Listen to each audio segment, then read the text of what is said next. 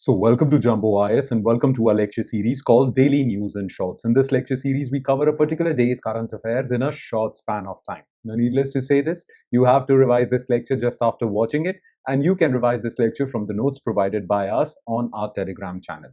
The link to our Telegram channel is provided in the comment section just below this video. Now, let me make this clear at the outset. Well, today's lecture is going to be dominated by American actions against Venezuela. Whether it was internationally legal, what impact will it have on global oil prices, all of that, and its impact on India. Mostly, we are going to focus on American actions on Venezuela because today's newspapers are dominating. I mean, this news is dominating today's newspapers. But there are a few news items here and there which are of significance for us UPSC aspirants, so we will cover those as well. But mostly, we will focus on America and Venezuela. Okay, so enough of the introduction, enough of this disclaimer. Let's straight away jump into the lecture. But first, let's take a look at the list of topics that we shall cover today. So let's begin. So daily current affairs, 5th of January, Monday, and here is the topics list. So number one, like I said before, it's going to be dominated by this news item, US Venezuela. So number one topic is related to legal issues with Maduro's president of Venezuela or former president of Venezuela, his capture. Whether these American actions have violated any international law? If yes, which international law? We'll talk about this. Then topic number two is related to US capture of Venezuelan oil. And with this capture, well, what will happen to global energy markets? And how will this impact India? Because India is involved in global energy trade, global oil trade, right? So we'll talk about this. Then the third topic is related to, well, Elon Musk has surrounded himself in a bit of a controversy. Well, Grok AI, which is used in Twitter, X, well, it basically did something controversial. So Grok AI's objectionable pictures and how this will bring Twitter or X into legal trouble. So we'll talk about this. Legal trouble in India. So we'll investigate the laws of India. And topic number four is Immigrants Expulsion from Assam Act, which is being utilized by Assam government to push Bangladeshi immigrants out of India, out of Assam, into Bangladesh. So we'll talk about the legal issues over here as well. Okay, so these are the four news items that we shall zero in our attention on. Let's start discussing them one by one, starting with topic number one, and that is legal issues with Maduro's capture. Now, USA did something spectacular. Okay, basically, USA invaded a country, then captured their most secured person, the president of Venezuela, captured him, his wife, and took them back to America to face trial over there. Now, all of this was achieved in 30 minutes. Now, this was a big, most successful operation, capturing a sovereign country's president. It's a big deal. But the thing is that many people, many countries, many international experts are criticizing America for this because America, by doing this, has violated international law, United Nations Charter. Now, which international law or which United Nations Charter's article has America violated by doing this? Let's talk about this, okay? These issues are important for you. Legal, international law-related issues are important for you because a question can be asked in both prelims as well as mains. So let's investigate this, okay? So legal issues with Maduro's capture. So what was in the news? We all know what was in the news, okay?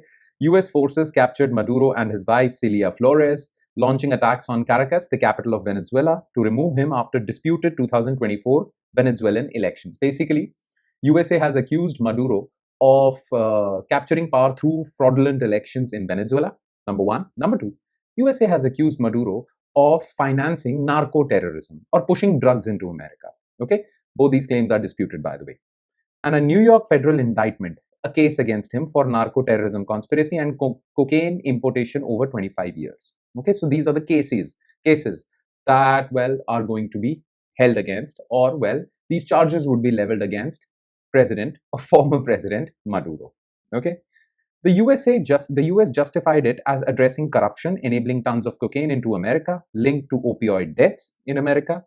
But critics call it disproportionate action amid US oil interests in Venezuela. Basically, critics are saying that we see through these actions, okay?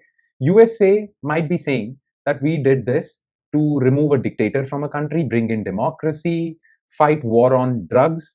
USA might be saying all of this. The real thing why USA invaded Venezuela and decapitated by basically capturing the president of Venezuela is because USA is interested in Venezuelan oil. Venezuela has the largest reserves of oil in the world.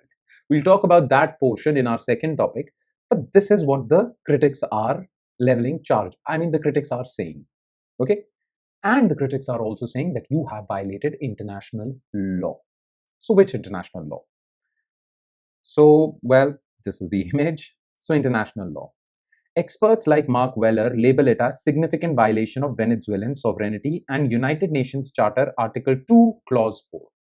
So Article 2, Clause 4 of United Nations Charter says that any country is prohibited against using force against territorial integrity or political independence of another country. So you cannot violate the sovereignty, territorial integrity by force on any other country. Basically, you cannot invade any other country. Okay? Because when you do, you violate their territorial integrity, political independence, their sovereignty. But USA did that with Venezuela. Now, UN says you cannot do that at all. But there is one exception. UN says that in one circumstance, in one case, you can do all of this. And that is when you're acting in self-defense. So Article 51 says that if you're acting in self-defense, then you can violate sovereignty, territorial integrity, everything associated with that. Now, the thing is, has USA acted in self-interest? What USA did was basically this exception? Well, Article 51 is very clear. Article 51 says that what is the meaning of self-defense? Well, the meaning is that if there is an armed attack against you, that would mean self-defense. What USA is saying that Venezuela was pushing drugs into our country. Okay? Because of that, well, many people died in our country. So we acted in self-defense. But Article 51 is very clear. Narco-terrorism is not an armed attack. So Article 51 applies, this exception applies if you're facing an armed attack. Basically, Ukraine can attack Russia because Russia did an armed attack against Ukraine. So USA gets this Article 51 exception, not Russia. America does not get this Article 51 exception because Venezuela did not attack or conduct an armed attack on American soil. It was just being accused of pushing drugs into USA. So Article 51 exception doesn't apply. And because it doesn't apply, well, what USA did is a violation of Article 2, Clause 4 of United Nations Charter. So remember these two articles, okay? UN Secretary General Guterres called it a dangerous precedent, risking emulation by powers like China and Taiwan. So if USA can do this with Venezuela, what is stopping China from doing the same in Taiwan?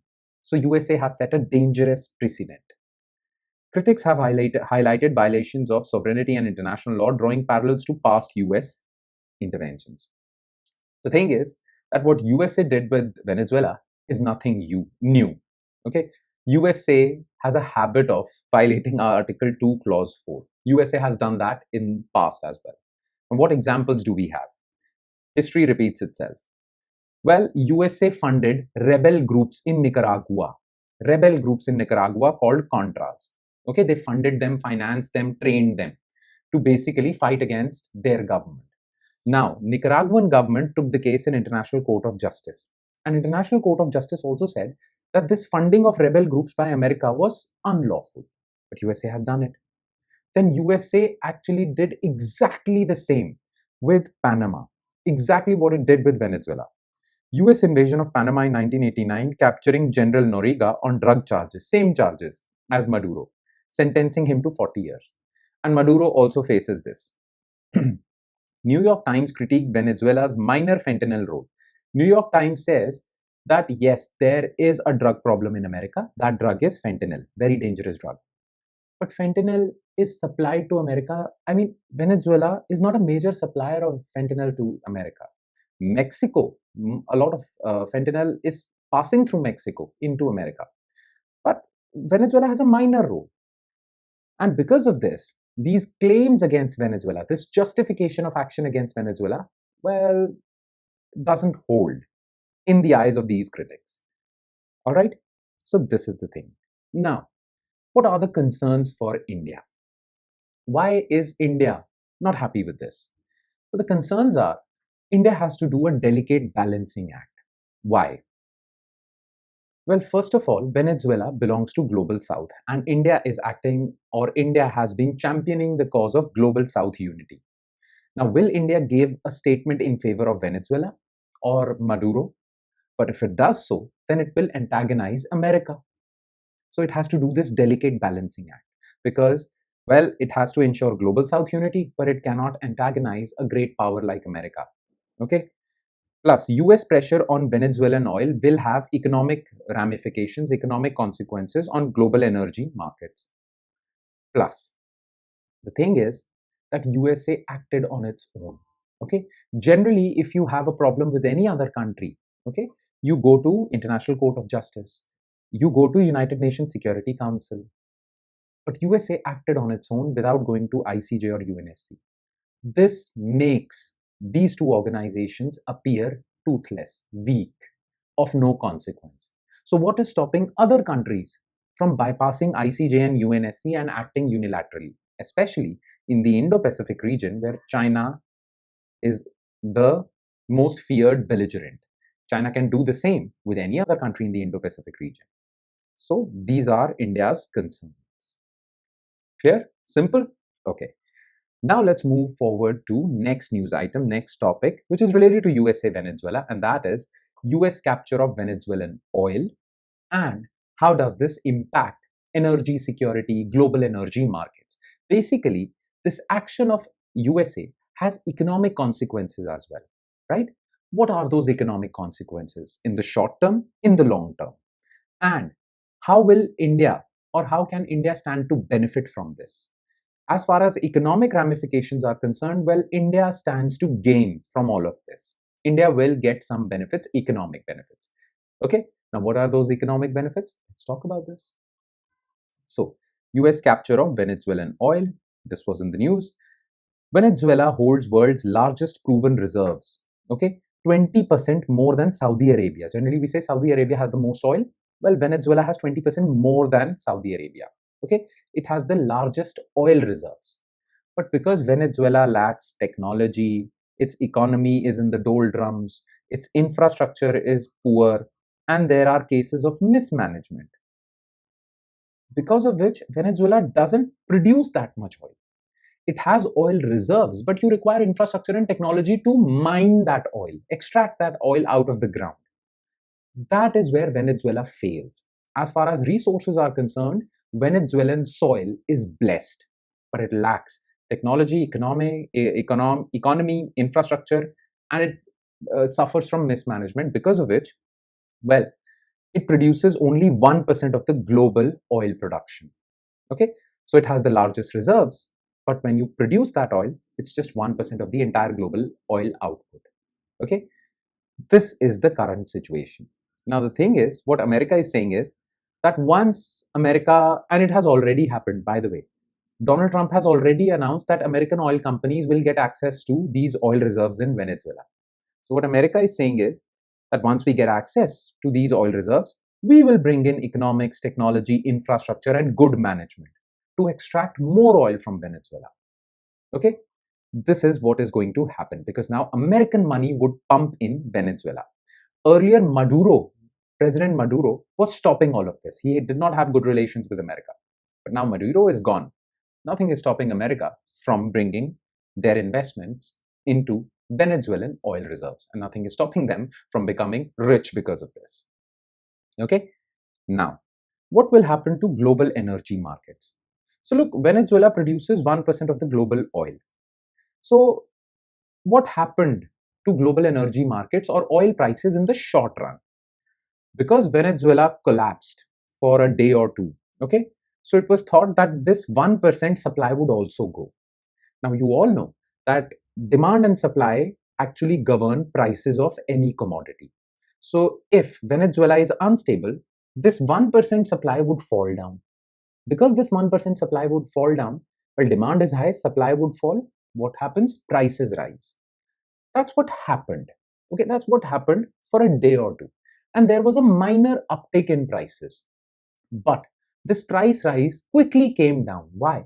Because already other oil countries are producing a lot of oil. There is already a supply overflow. So this did not impact anything in the short run. While a geopolitical fear premium, high prices, briefly led to price rise, a major price spike did not occur due to an already well-supplied global oil market. Already supply is quite high. Supply stability. Analysts at UBS and Capital Economics noted that because Venezuela currently accounts for less than 1% of global supply, the immediate disruption is minimal. Even if there is disruption, that disruption would be of 1%. So nothing would happen in the short term. But what will happen in the long term? The prospect of increased Venezuela, because now in the long term, American oil companies would come. They would bring in a lot of their investment technology. So Venezuelan oil would increase. Now with increase in Venezuelan oil, global supply in the long term would increase. This would push prices down. So in the long term, prices would come down. Okay. The risk, however, is that if Venezuela becomes completely unstable, then this long-term rise in supply would not happen and prices would spike. Okay, so this is the global impact. Now, what is the impact on India? Okay, well, India shouldn't be concerned with anything that is happening in Venezuela with respect to oil, because India already buys very little oil from Venezuela, very low trade exposure. Plus, market is already stable because there is a supply overdose of oil. Then, there was one issue. ONGC, Indian Oil Company, had acquired some equity in Venezuelan oil fields. Okay, now Venezuela, it bought some shares of Venezuelan Oil Company. Now, Venezuela was not able to share profits with ONGC because Venezuela was heavily sanctioned by America. So it could not transfer money to ONGC, which owned 40% of a particular oil field. Now that sanctions would be lifted, ONGC would get a share in profits, would get a lot of profits that couldn't be transferred to ONGC. So this is recovery of dues. Plus, Indian refineries. India has very good oil refineries. Okay, you all know that crude oil is refined and then petrol and diesel is created. Now, Indian refineries can get cheap, discounted Venezuelan oil, which can be refined by Reliance Industries or many other refinery industries and can be sold in the market. Okay. Plus, there are other benefits as well. First, with Venezuela supplying a lot of oil in the long term, well, it would provide India an alternative to Middle East or West Asia. India can no longer depend on Saudi Arabia and Middle Eastern countries. Okay, so this is one case. Plus, prices would be low in long term, which would really benefit import bill of India. Okay, so these are some of the other benefits. Simple. Okay, all right. So enough of USA Venezuela. Now let's quickly shift to other news items. Third news item, and that is Grok AI's objectionable pictures. Now, Grok, some of you are already familiar with this. It is an AI model, much like ChatGPT, which is used in Twitter. Okay, now called X. Now, it was found that some female celebrity pictures were given, using Grok AI on Twitter. Well, what people did was that they asked Grok AI to undress some of the female celebrities in the picture. Basically, the female celebrities, Hollywood celebrities, were posing in a picture. You gave a command to Grok AI to undress them. And how would they look like? Now, those pictures were shared. Now, that created obscenity and a lot of problems. Okay? Elon Musk, X, Grok were being criticized for this, that how can you do so? Okay? It invaded the basic decency, privacy of these female celebrities. The thing is that, well, India has also given a legal notice to X. Okay? And India has said that if you do not rectify this problem, well, you would lose your safe harbor protections. Now, the question is, what is safe harbor protection? The whole purpose of including this news item was to make you familiar with this term, safe harbor protection or safe harbor immunity, that every social media platform in India gets. So what is this? Let's talk about this, okay? So Grok AI's objectionable pictures. Okay, so Grok AI, hosted on X, created synthetic explicit images of women via anonymous prompts without safeguards, targeting public figures' photos and videos. Now, India has given a legal notice. Okay, so legal consequences. Indian government has issued a notice citing grave concern for dignity, privacy violations, sexual harassment normalization, non-adherence to due diligence. India said that X, Twitter, did not conduct due diligence. Okay, IT Minister has flagged violation of IT rules 2021 and Bharatiya Nagrik Suraksha Sanhita BNSS 2023, potentially revoking safe harbor immunity given to all social media platforms. Now, what is safe harbor immunity? Listen to me very carefully. Though we have covered this topic in the past as well, but if you're new to our current affairs lecture series, listen to me very carefully, okay? Suppose there is Facebook, okay? And suppose there is any other website, random website. Now this website posts something illegal. Some illegal video, some illegal post is shared. The government will hold the owner of this website responsible and prosecute him. Simple, very simple. If on my website, if on Jumbo IS's website, something illegal is published, well, I should be held responsible. Simple. But that is not the case in Facebook. Because Mark Zuckerberg, the owner of Facebook, is not responsible for what people are posting on their social media platforms. If I post something illegal on Facebook, it's my responsibility, not Mark Zuckerberg's responsibility, Facebook's responsibility, because Facebook is a social media platform. It's not any random website. So, if there is anything posted, anything illegal posted on any social media platform, the government won't hold the owner of that social media platform responsible. They get immunity, okay, provided they take down that content. Government will notify that this is illegal, take it down. They have to take it down within 36 hours. Provided they do all of that, well, they won't be held responsible for that illegality. Okay, this is known as safe harbor immunity. So if someone does something illegal on Facebook, X, Google, or in YouTube, well, these social media platforms are not held responsible. The person who's publishing this content, they are, okay, because of safe harbor provisions, safe harbor immunity. Now, safe harbor immunity is mentioned in IT Act section 69A 79. These social media platforms are called intermediaries. Intermediaries are immune as they are considered conduits.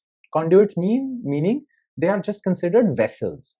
Okay, they are not posting that content. They are just the medium through which people are posting that content. Okay, if proactive takedown within 36 hours, content is taken down when warned by the government, well, they get safe harbor immunity. Now remember, safe harbor is under IT Act, Information Technology Act, section 69A. Plus, obscenity on websites is also covered under Bharatiya Nagrik Suraksha Sanhita and Digital Data Protection Act, okay, which basically is a law against violation of privacy. So it's not just IT Act that is violated by this Grok AI, it's BNSS, which deals with obscene content, and violation of privacy, which is dealt by Digital Data Protection Act. Okay, so these are the laws that are violated. But there is a legal challenge. Okay, the thing is, Elon Musk didn't tell Grok AI to produce those images. Grok AI is AI, and AI is trained on past data sets. So who will you basically prosecute for this? Because the people who gave those prompts to Grok AI, well, they were anonymous. You don't know who are they. Grok AI did basically what it was trained on. Okay, so it's not Grok AI's fault. It's not Elon Musk's fault. So there is this legal challenge, and this field of AI and law is an emerging one. Who will you prosecute? Now, Grok AI will definitely rectify its mistake. Elon Musk will rectify its mistake within 36 hours, so he will get the safe harbor immunity. But the question is, how do you regulate AI and law? Because Elon Musk will also have arguments. If you remove his safe harbor immunity, he will say it was not done by me, it was done by Grok. Now, will you put Grok AI in jail? How will you do so? There is this legal challenge. Okay, but the whole idea of including this news item in today's lecture was to make you familiar with safe harbor provisions. Okay, I hope you understood all of that. All right, and now let's move on to last news item of the day, and that is Immigration Expulsion from Assam Act. Now, this law was a dormant law. It was enacted in 1950, but it was not being used until now, when Assam Chief Minister announced that we are deporting 15 foreigners from Assam into Bangladesh. Now, why is this law significant? Listen to me very carefully. If there is an illegal immigrant in India, okay, the case will first go to Foreigners Tribunal. If the Foreigners Tribunal says that yes, this person is illegal, and he should be deported, he or she, well, then he or she should be deported. But the catch is that this person who is being allegedly called illegal immigrant can appeal against that decision of foreigners tribunal in the High Court. And then the matter would be in High Court and it will take a lot of months. He won't be deported, he or she. Okay. Plus, to deport that person, even if the High Court says that yes, this person should be deported, India should have some arrangement with Bangladesh, because India will hand over that person to Bangladeshi authorities. Okay. For that, you require Bangladeshi authorities to cooperate with India. All of these things should be required. Now, this can take months and maybe years, and the illegal immigrant would stay in India only because of this legal problem. But there is a way out against this legal problem, and that is this law, Expulsion from Assam Act. What is this? Once Foreigners Tribunal declares a person illegal, okay, before he files an appeal to the High Court, government can catch him and push him into Bangladesh. You need no cooperation with Bangladeshi authorities, because currently Bangladeshi authorities are not cooperating with us. You need no cooperation whatsoever.